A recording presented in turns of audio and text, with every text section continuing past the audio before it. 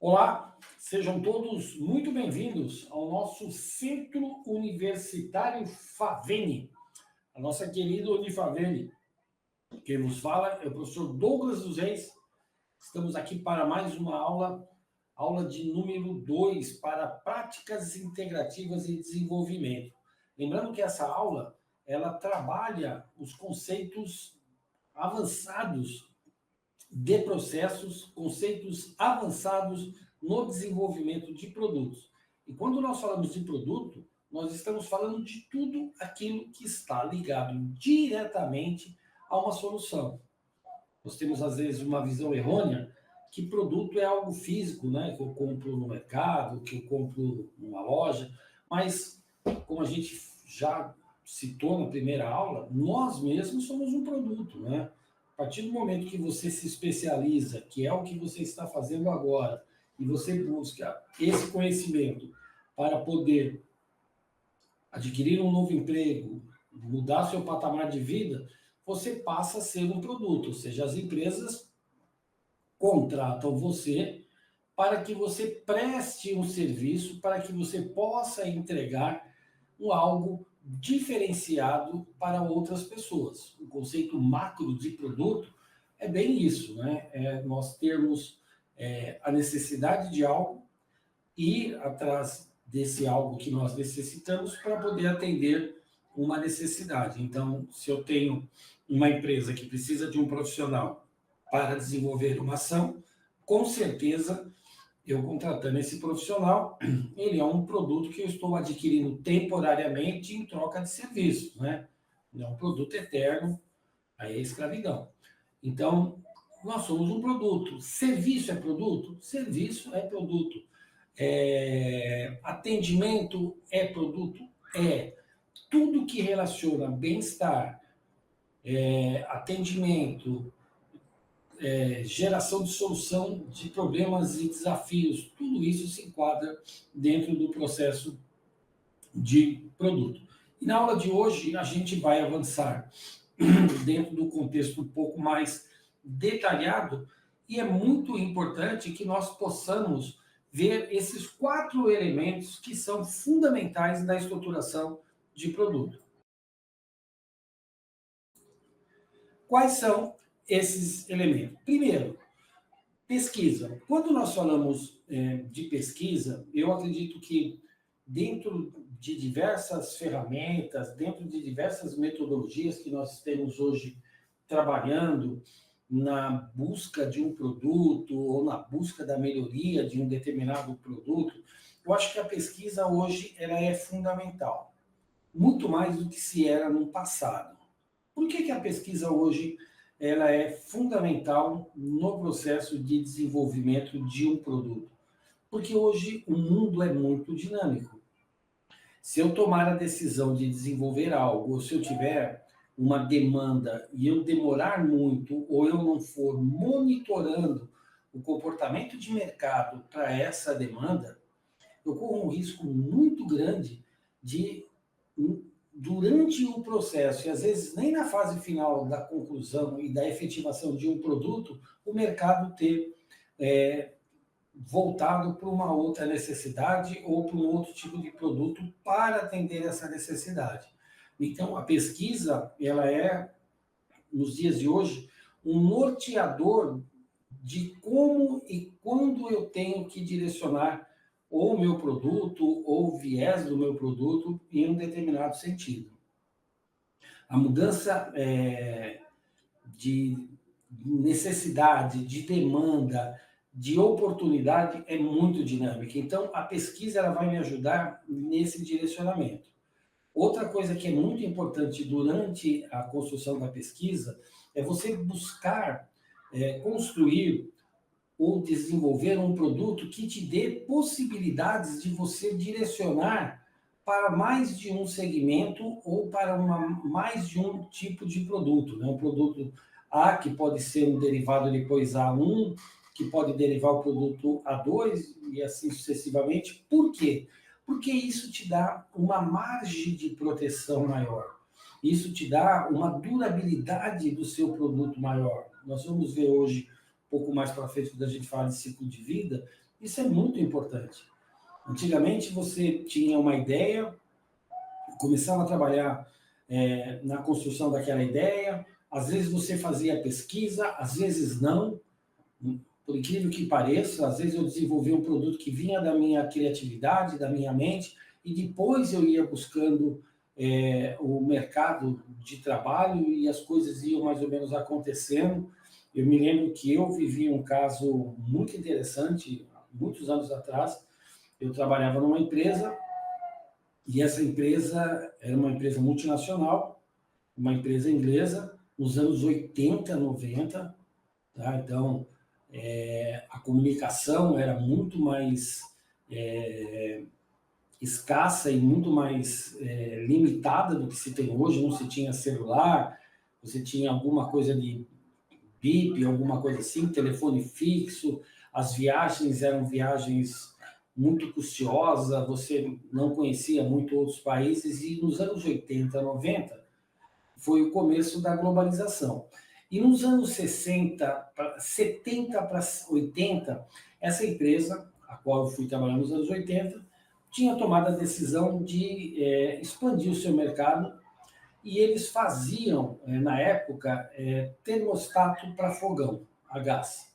O que é um termostato para fogão a gás? Bem rapidamente para você entender.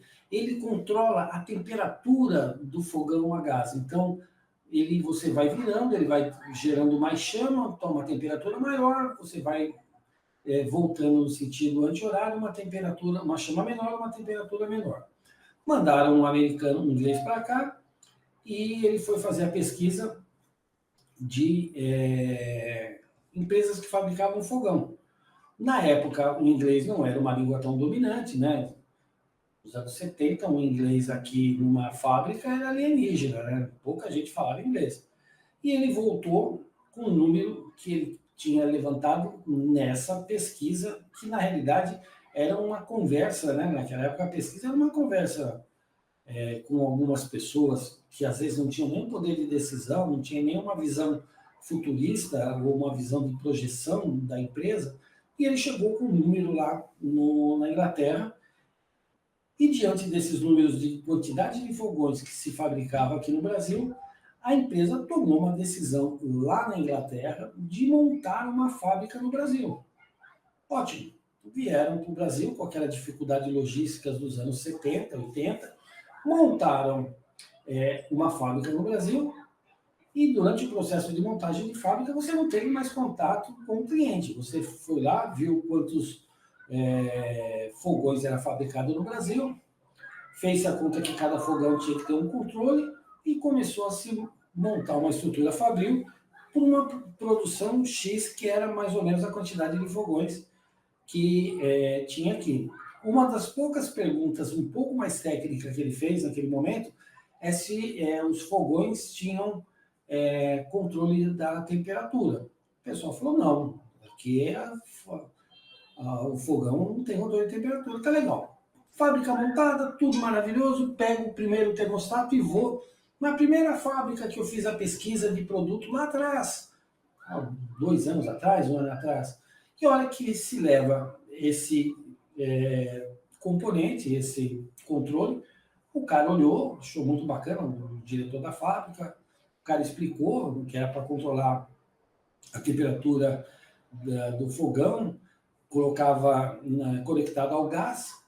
A hora que ele falou a palavra gás, o fabricante falou, como assim gás?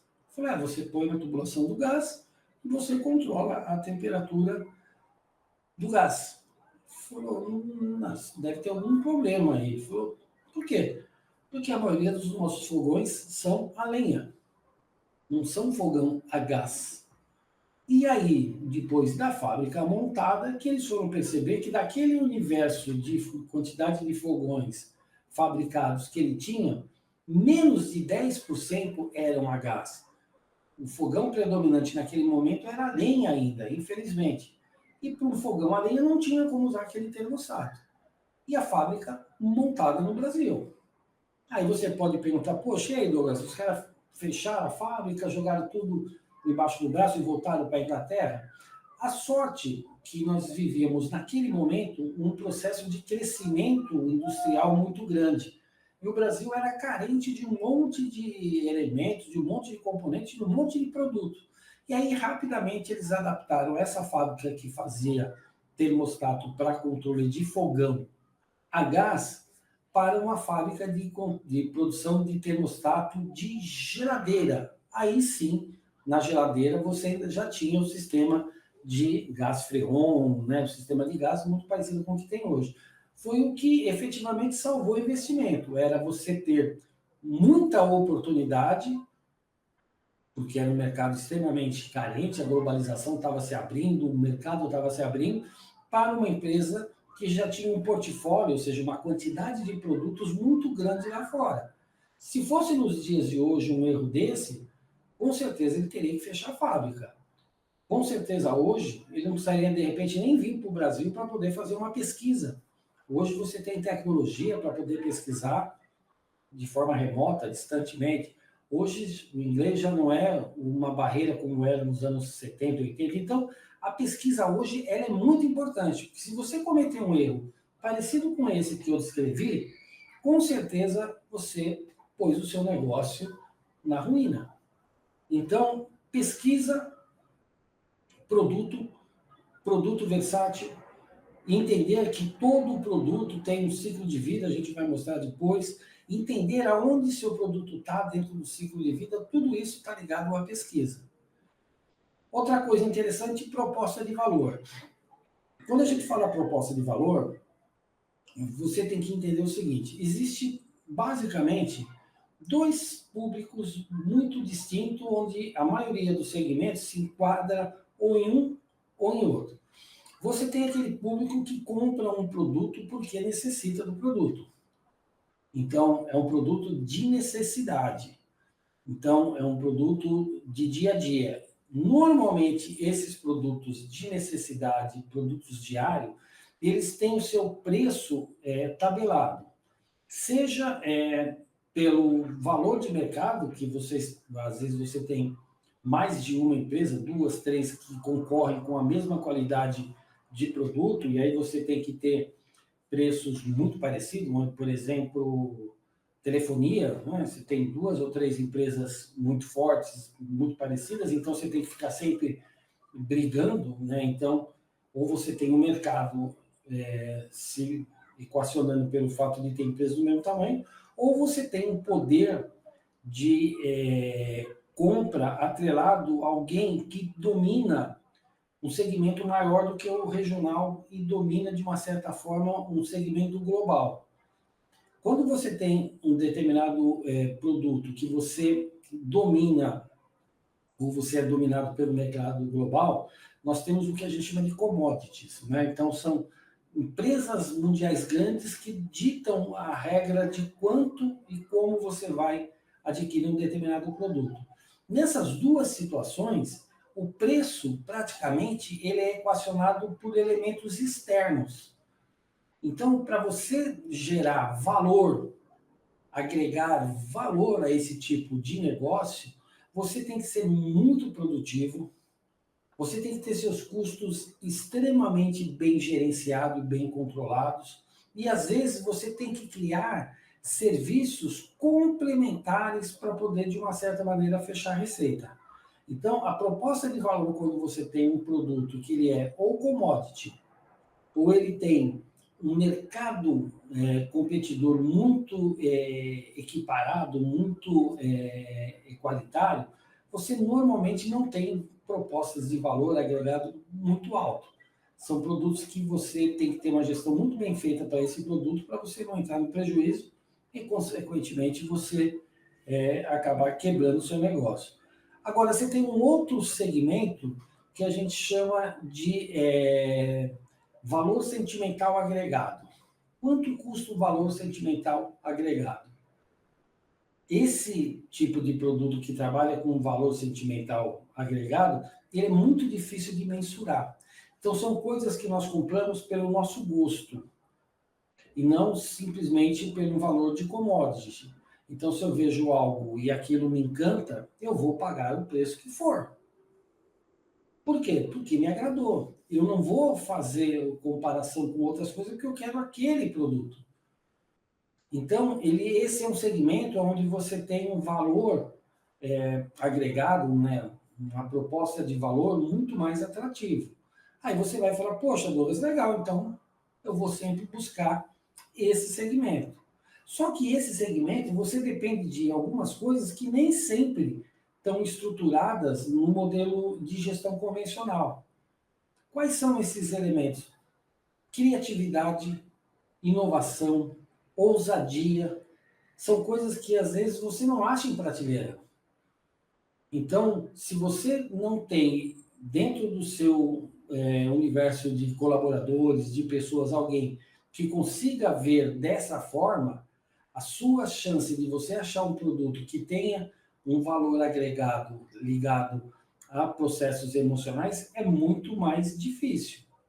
Outra coisa que você tem que estar muito bem preparado é que, normalmente, esses produtos que têm um valor emocional agregado, que fazem parte do preço de venda, eles são produtos com um ciclo de vida no mercado muito curto. E você tem que ter um termômetro muito bem alinhado e tem que ter um sistema de pesquisa pós-venda muito forte para você saber a hora de você tirar o pé ou vender aquilo que você tem, ou você redirecionar aquilo que você, de repente, esteja pensando. Então, são elementos que você tem que tomar um cuidado muito grande. Você tem N exemplos, né? Você pega, por exemplo, uma bijuteria, quando você lança uma moda qualquer, todo mundo vai lá e compra. Daqui a pouco aquilo cai de moda, você vai comprar outra coisa. E quando você compra, você não tem noção do valor agregado. Isso serve muito dentro da proposta de valor. Então, se você for para o mercado de commodity, seja para desenvolver produto ou para trabalhar dentro desse segmento, ou um mercado que você tem preços com players, né, que a gente chama concorrentes, de primeira linha muito alinhado, normalmente você não tem muita margem e você está sempre trabalhando dentro do que a gente chama de margem criminal ali, ou margem de risco, onde você praticamente tem quase o seu lucro encostando no seu custo. Então, são normalmente segmentos mais desafiadores. Se você está numa área de processo criativo, de inovação, trabalhando com tendências, você vai ter produtos que te dão essa maior oportunidade, essa maior visibilidade. Outra coisa que é interessante é quando eu vou para soluções customizadas. O que são as soluções customizadas? São produtos ou soluções que eu desenho para o meu cliente. E aí eu fujo um pouco do conceito de pesquisa. Eu começo no desenho de soluções, inverter um pouco a ordem das coisas. Eu tenho uma capacidade muito grande de pegar algo e modelar um produto de acordo com um determinado perfil de cliente. O cliente A é diferente do cliente B, que é diferente do cliente C. Ou seja, cada experiência que eu vou viver desenvolvendo um produto para o A, ela é completamente diferente para o B, completamente diferente do C. A única coisa que você tem que une esses processos é a sua capacidade de entender a dor de um determinado cliente para um determinado segmento e propor soluções. E aí é um desenho que a gente chama customizado, é uma solução customizada. E aí nós estamos falando de segmentos muito pulverizados, onde você praticamente não tem nenhuma escalabilidade do produto que você vai fazer, ou seja, você vai fazer poucas unidades. Então, se você tem, e você normalmente tem investimento de ferramental, de equipamento, de conhecimento, você tem que rapidamente diluir ele nesse produto, ou você tem que ter já uma projeção como esse recurso que você está utilizando para desenvolver esse produto, que é uma solução específica, que é uma solução única para esse usuário, né, que chama lá jornada do usuário, né? Você tem que saber como parte daquilo pode se encaixar dentro de outras soluções. Eu vou dar um exemplo de algo que eu trabalho. Eu trabalho junto com meu filho na parte de prototipagem de soluções automotivas. Então, a gente faz peças do segmento automotivo. O processo que a gente utiliza para a fabricação, que é o investimento em equipamentos, são máquinas de impressão 3D, scanner laser, essas coisas. Só que o que acontece? Eu desenvolvo um produto específico para um determinado cliente. Então, por exemplo, eu pego um cliente que precisa que eu faça... Deixa eu ver se eu tenho alguma coisa aqui. Ah, tem aqui, ó. Olha lá. A tampa, olha lá, do combustível do carro Mazda, que é um carro japonês. Ótimo, ótimo. Ele vai pedir outro produto igual a esse?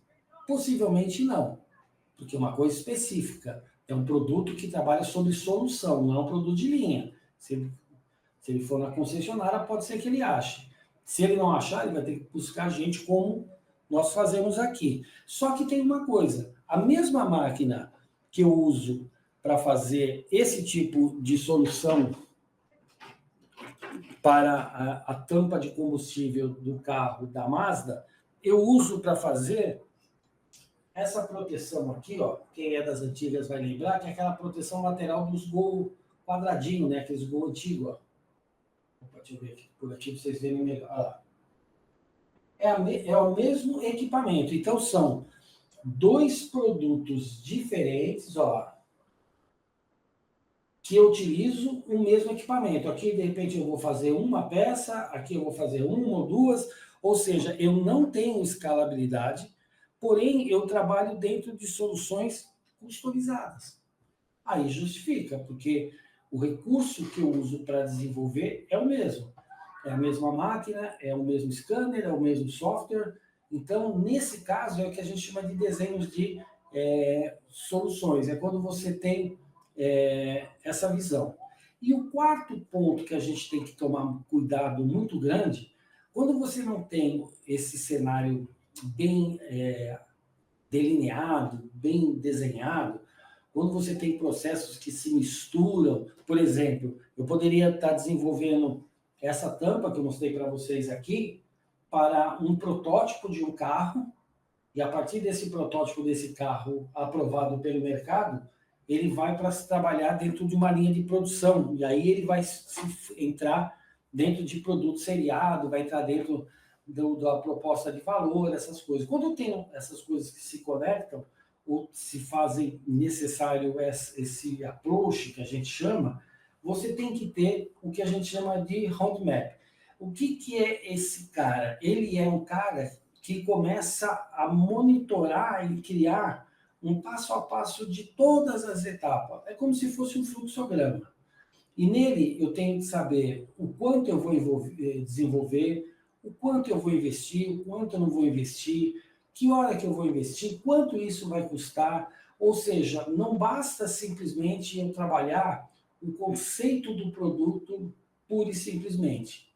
Eu tenho que ter toda a trilha, todas as etapas muito bem desenvolvidas, porque elas são soluções, são produtos que eles vão se conversar em determinados momentos em áreas que você tem investimento muito alto, ou você tem, às vezes, uma tributação elevada, ou uma lei regulatória que possa te impedir. Então, você sai do conceito do produto pelo produto e começa a criar trilhas de processo.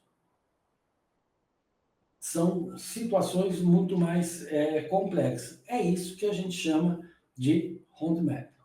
Ok?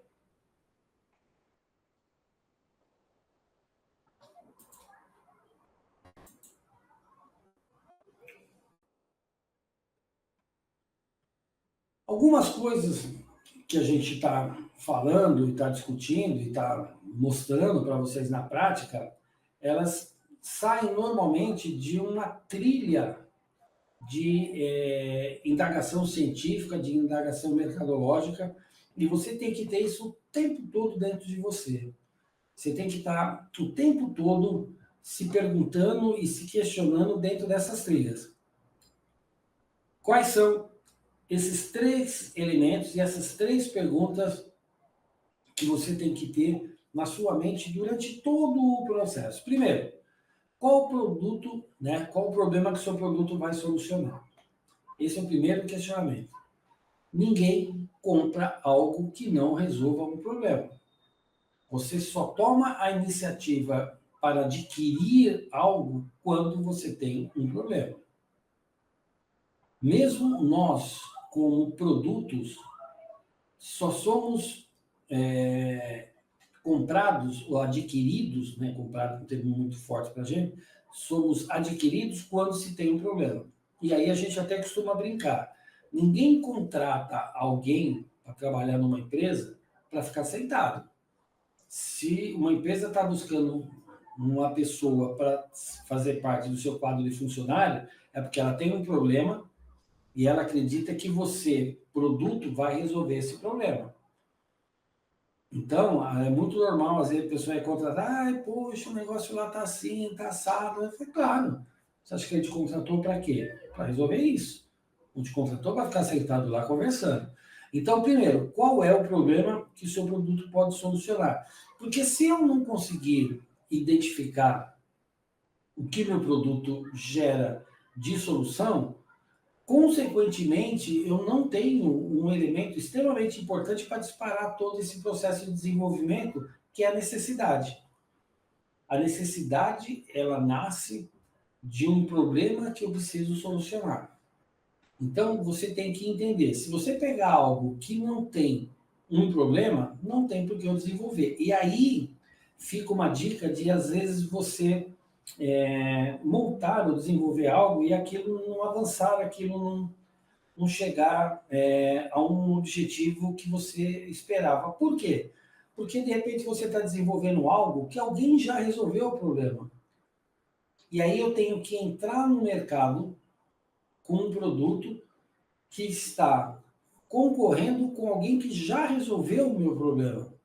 E aí, para você sair de alguém que já está consolidado resolvendo o meu problema, para me aventurar com alguém que ainda não tem essa mesma credibilidade, é muito arriscado.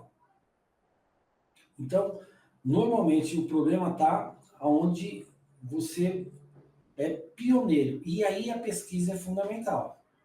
Se eu não consigo entender onde eu tenho uma oportunidade, onde eu tenho uma necessidade para resolver um problema, o meu produto passa a não ter sentido nenhum. Um exemplo, para mim desenvolver hoje um celular, eu tenho que ter algo muito diferenciado. Por quê? O celular é um exemplo típico daquilo que nós definimos até então. Eu tenho diversos players brigando com qualidade, preço e sofisticação muito parecido. Eu tenho pelo menos 2 aí ou 3. Para mim entrar nesse mercado, que problema que eu vou solucionar se as pessoas já solucionaram? Então, é aí que eu acabo, de uma certa maneira, errando. Outro aspecto interessante, né? Quais serão os seus usuários? Por que isso é importante? Porque o perfil do seu usuário, ele querendo ou não, ele direciona para o ticket médio que você vai trabalhar e o markup, ou seja, a margem de lucro que você vai ter. Se você não consegue identificar seu público médio, é muito complicado. Se você pegar, vamos supor um exemplo, um litro de gasolina top das gasolinas, a gasolina de melhor qualidade, você vai perceber que numa região de São Paulo ela tem um preço X, estou dizendo São Paulo, uma região tem um preço X, em outra região ele tem um preço X mais 1. Aí você fala, pô, por que aqui é X e aqui é X mais 1? Porque nessa região que é X, o seu usuário é um perfil. Ele tem um determinado tipo de carro, ele tem uma determinada condição socioeconômica, e nessa outra, no X mais 1, é um outro perfil de carro, é um outro perfil de público. Porém, os dois precisam do combustível. Então, não adianta eu querer, às vezes, pôr um produto A no lugar que eu tenho o cliente B mais 1. Então, é importante que você entenda seu usuário, em todos os aspectos, né? não é só no aspecto de margem, de venda de produto, até na comunicação. Não adianta eu pegar um produto, se eu faço um produto para uma classe D e E, e onde eu vejo uma oportunidade, onde eu vejo uma demanda, eu tenho que tomar cuidado com a linguagem de comunicação, né? Se eu estou usando um prontuário de utilização com uma linguagem adequada, com uma linguagem compreensível, se eu estou, de uma certa maneira, dando informações, de repente usando outras ferramentas de comunicação, que é vídeo, que é, de repente, um desenho, alguma coisa assim, porque é um público que tem essa característica. Então, é muito importante que nós entendamos esse tipo de processo. E o terceiro elemento que você tem que estar o tempo todo se questionando, o tempo todo se perguntando, é se isso vai gerar valor. Quando a gente fala de gerar valor, é você entender se o que você está investindo no desenvolvimento, ele é menor do que aquilo que você está arrecadando de venda. Isso é gerar valor. Se isso que você está desenvolvendo, além de ser com um preço menor, ele está resolvendo um problema que até então você não tinha. Eu vou dar um exemplo de um produto muito interessante que começa a crescer dentro dessa visão de você ser inovador, você ver oportunidade, gerar valor, conhecer seu usuário. Nós temos algumas cidades que você tem um produto muito interessante, que é novo, pelo menos eu não tinha visto em outras cidades, que é locação de guarda-chuva. Né? Sombrinha, guarda-chuva. O cara tem um totem, né, que é um tipo de um painel, com vários guarda-chuvas enfiados. É como se fosse um armário, se você fosse alugar um armário, alguma coisa. Você vai lá, vê o número que está o guarda-chuva que você vai pegar, passa um QR Code, você faz um depósito, você paga um valor que fica restrito, fica bloqueado enquanto você usa. Eu pego o guarda-chuva, determino quanto tempo, quantas horas. Tem alguns lugares que me dá até os postos de entrega que eu posso fazer. Eu uso o guarda-chuva sobre aquele período, chego naquele posto de entrega, coloco ele dentro de um tipo de um encaixe, numa boca, ele lê um código, automaticamente ele vê quantas horas eu utilizei, e daquele depósito que ele deixou de reserva, ele desconta o valor e te devolve o resto. Tem algumas máquinas que você paga no cartão, tem coisas desse sentido. Onde você tem esse produto trabalhando de uma forma interessante? Normalmente em estações de metrô. Por exemplo, eu vou trabalhar, pego o metrô na estação A. Chego lá, pô, tá chovendo, vou ter que descer na estação F e dali andar para deslocar até a minha empresa. Eu pego aquele guarda-chuva, alugo, quando eu volto, eu devolvo. Aí você vai falar, poxa, Douglas, é interessante? Existe público. Eu, particularmente, eu alugaria um guarda-chuva. Eu não gosto de ficar com guarda-chuva andando o dia inteiro, aquele negócio molhado, você chega no lugar, você não sabe onde pôr, aí você sai, chove um pouco, depois faz sol, ou você saiu um sol maravilhoso, começou a chover do nada, ou seja, é uma oportunidade que foi vista, agrega valor, porque se você cobra um valor baixo, é muito mais barato do que você comprar um guarda-chuva, com o risco de perder, e a hora que você faz a composição de custo, com certeza, ao término de um determinado período, ele lucrou. Então, esse é um exemplo de produto inovador, de oportunidade. Vai durar para sempre? Acredito que não.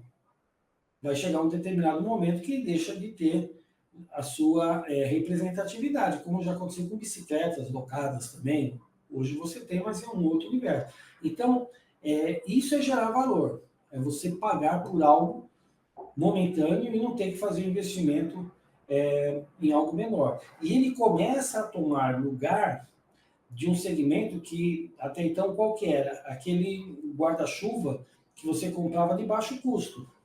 Então começava a chover, poxa, agora como é que eu vou fazer? Ah, tem uma barraquinha ali, quanto que é esse guarda-chuva? R$ 10, R$ 15. Você via que era um guarda-chuva de uma qualidade baixa. Mas como você fala, pô, eu vou andar daqui a ali, se ele quebrar no meio do caminho, já está pago. Só que às vezes, nesse meio do caminho, você pegava uma ventania e fala, pô, eu gastei R$ 10, mas não consegui chegar no ponto que me molhei todo. Então foi essa pesquisa de mercado que com certeza alguém fez para poder tomar essa decisão de locar guarda-chuva. E eu tive ontem numa estação, dentro do shopping, e fiquei observando e perguntei para o funcionário do metrô, ele falou que tem uma demanda muito interessante. Agora, aquela história, né? É um segmento que você tem que mensurar muito bem. Você tem que ter, de repente, outras situações que você vai ter que depois associar. Por quê? Como você vai fazer uma projeção, por exemplo, de custo, como você vai fazer o que a gente chama de break-even point, que é um ponto de equilíbrio do seu negócio, quanto que você vai conseguir fazer a parte de payback, que é quanto você investiu e quanto você vai ter de retorno, se o guarda-chuva está associado diretamente às condições climáticas. Se chover, as pessoas alugam. Se não chover, a pessoa não aluga. Você pega algumas regiões, nós estamos vivendo agora um momento de estiagem. Tem regiões que fazem 1 mês, 2 meses que não chove. E aí? Como que você vive com esse negócio? Com certeza, eu espero, né, que tenha sido feita uma leitura nessas condições, numa pesquisa de mercado para ver as condições críticas de desenvolvimento desse tipo de produto. Dessa forma, se a gente for fazer um mapa de tudo aquilo que a gente tem falado, tanto na primeira aula quanto nessa segunda, a gente tem alguns elementos que têm que estar no cardápio da solução, no cardápio do nosso processo. Primeiro, qual o objetivo do seu produto? Isso tem que estar muito claro, muito bem alinhavado. Então, se você não tem um objetivo para aquilo que você está desenvolvendo, não tem porque não tem justificativo. Segundo, o que efetivamente esse produto vai resolver? Quais as dores que um cliente, um segmento tem para poder estar adquirindo esse produto? Porque se você não tiver uma necessidade, você não vai convencer ninguém a comprar algo ou investir em algo sem necessidade. Para que eu vou comprar um equipamento se eu não tenho necessidade? Para que eu vou contratar uma pessoa se eu não tenho um desafio ou não tenho um pepino para resolver na minha empresa? Não tem necessidade. Terceiro, as pessoas. O que são pessoas? Quem está envolvido nesse sistema? E quando a gente fala aqui envolvida nesse sistema, você tem que pensar no sistema como um todo. Não simplesmente empresa que desenvolve e o consumidor final. Não. Pessoas, você tem que pensar, claro, no consumidor final, o perfil desse consumidor. Você tem que pensar no modelo de gestão dessa empresa que está desenvolvendo. Poxa, se eu tenho uma empresa que desenvolve soluções pautada em tecnologia, eu tenho que ter, dentro do escopo da empresa, pessoas que têm familiaridade com tecnologia. Eu tenho que ter um corpo de gestores, de empreendedores que gostam de buscar novas soluções, que buscam novas tendências. Senão, eu vou ter uma dificuldade muito grande. Eu tenho que estar num local que eu tenho fácil acesso a componentes para que eu possa montar esse produto. E quando a gente fala fácil acesso ao local, não é só o acesso físico, é o acesso tributário. Quanto menor o custo tributário, e no Brasil, como em outros países, você tem diferenciação de carga tributária de região para região. Se eu tenho uma carga tributária muito alta, que eu estou colocando num produto que eu estou localizado num lugar que não tem um incentivo tributário, com certeza eu acabo inviabilizando lá na ponta. Então, quando a gente fala pessoas, não é simplesmente quem produz e quem compra. São todos os elementos que estão entrelaçados dentro desse processo. Legal? Tendências e viabilidades técnicas das ideias funcionalidades. Lembra que eu disse para vocês que na pesquisa, hoje em dia, as coisas mudam muito rápido, as coisas evoluem muito rápido? Então, dentro desse conceito, dentro desse contexto, você tem que ter uma ideia de quanto você precisa investir de dinheiro, de intelecto, de tempo, de pessoas, e como você vai rearticular essas pessoas ao longo do processo de desenvolvimento. Então, se eu não tenho esse mapa muito bem estruturado, muito bem equacionado, normalmente eu não consigo chegar na ponta da pirâmide. Por quê? Imagina, eu vou desenvolver algo que vai custar, sei lá, 100 mil reais um produto. Eu e meus sócios, 100 mil reais. Bacana. E se eu tiver um contratempo no meio do caminho? Se algum desses testes ou alguma coisa mudar? Se um produto eu fizer e eu faço uma projeção de montar um produto em 3, 4 meses, eu tenho alguma divergência, eu tenho alguma variante, e ele vai para 8, 9 meses. Como que eu vou me manter durante esse processo? Da onde vêm os recursos? Então, você tem que ter todo esse estudo muito bem mapeado antes de uma tomada de decisão. E aí é uma coisa interessante. Normalmente, as empresas que melhor se comportam no desenvolvimento de produtos, no desenvolvimento de soluções, são aquelas empresas que elas começam de forma não dependente ou não geradora de dependência dos seus empreendedores, dos seus gestores, dos seus donos, dos seus diretores, de uma forma direta.